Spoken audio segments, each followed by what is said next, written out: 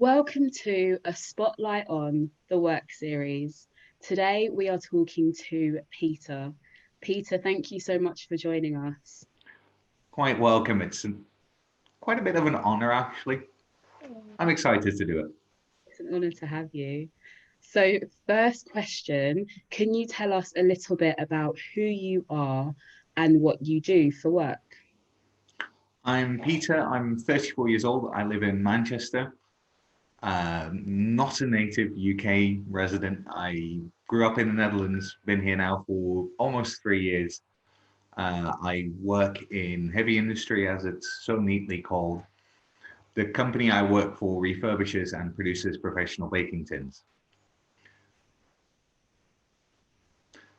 No Professional baking tins. I wasn't expecting that. one Okay. ever expects it. It's a nice it's little very, surprise.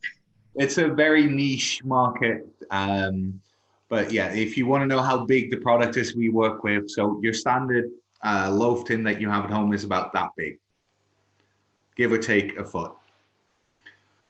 A professional baking tin has anywhere from 4 to 18 of those in a steel frame. They are massive. Wow. So tell me, in kind of like a typical day of creating these, like what does a typical day look like for you? The plants I work at, we mainly refurbish, so we get them back from a bakery and then make them pretty much as good as new before we send them back. So, typical day for me, I start at 7, which means for me, unfortunately, I have a 5 a.m. alarm.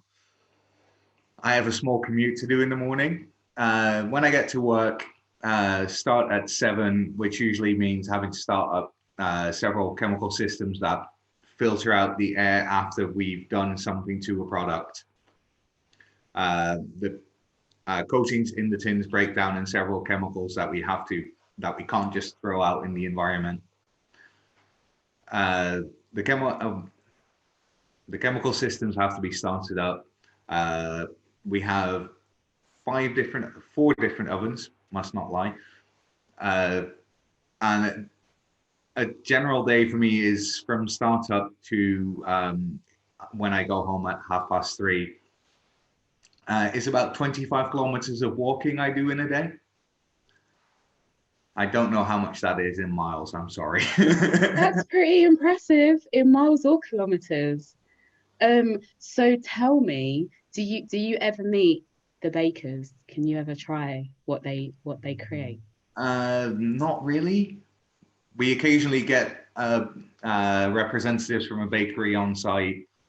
We have several major supermarkets that we tend to. So those are the ones we see mainly, but that's their not marketing teams, their sales teams, etc. So they never bring us anything good. Maybe you can put it in the suggestion box next time. We've tried that. So tell me, um, how have you navigated HIV at work and being an adult living with HIV at work? Very slowly and in baby steps. I'm more open about it now than I've ever been. At some point, having HIV, it means you have to accept yourself again. It changes a lot, yet nothing. And so it took me quite a few years to fully accept it for myself. But in my last job, I think one person knew, my direct line manager. In my current job, it's just like I don't make a secret of it. It's on my Facebook, etc. So if they find out, they find out. It's I don't go around like, hey, I have HIV. But before my direct line managers knew, HR knew, and then you always get the really fun part of working in a very heterosexual job is that most people have no clue what HIV actually is and still think you're going to die. And that's why I don't mind educating, but I'm not an educator. I'm not willing to constantly do it. So therefore, a lot of the times I'm like, I'd love to tell you, but I'm not going to because I don't want to spend 2 hours explaining to you that we're no longer in the 90s. And that's completely valid, especially when your day job is nothing to do with HIV as well. It Exactly. takes a lot of energy sometimes, especially if you have to fill them in on like the last 2 or 3 decades. It's like, got a lot to catch up on. Yeah, Yeah. I completely understand that. And when you've told your line manager in the past, how did it go? Did they keep it confidential? So far, I've never had a leak, so to speak. No one's ever. But my current HR manager, because we share our HR department across 2 plants, was like, well, I'm going to inform the VP as well, so that there's always someone on site that knows in case it's needed. But that went past me before she did it. And so far, I've probably also been just really lucky that it's never leaked, so to speak. That's really good to hear. It's reassuring to hear that they're sounds like they've been respectful as well as confidential about Yeah, and things. I mean, also legally, they're kind of screwed if they accidentally leak it.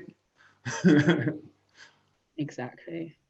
Yeah, it's really important to highlight that there are legal protections for us living with HIV, regardless of what the profession that we're doing in the UK. There's a lot of the Equality Act that we've mentioned before in another video, is really key in making sure that we're protected whilst we're at work and in other places as well. So yeah, thanks for mentioning that. So I think the last question that I have for you, Peter, is for any young person who wants to work in a similar profession to you, what advice do you have for them? Oh, that's a really good question. Um, be mindful of who you tell, and most importantly, be yourself and enjoy what you do. A lot of people look down on these days on people that work in heavy industry like me because it's you have to be able to graft a fair bit to do what I do. But if it's what you want to do, I like what I do. I like the company I work for. I like the people I work with. Don't let anything stop you. HIV will not stop you. You are your biggest stumbling block. That was very poetic. Hey, listen, as a poet, I will never mind any message that is delivered in a poetic way. But that was great. It's really good to hear from you, especially because I think it will be a profession that people aren't expecting. So I'm really excited for this video to come out. It's one thing I always tell at work as well. I'm openly homosexual. I am HIV positive. People don't expect me to work in the environment I do. I mean, my favorite color is pink, and I own it. I used to have a mohawk about this high that was bright pink. If I was in town, you knew it was me. And it's one of those things. If you are who you are and you own it, then nothing gets in your way. I think that's a really important message for us to end on, the power of like owning who you are. Couldn't have said it any better. Thank you so much, Peter. Quite welcome.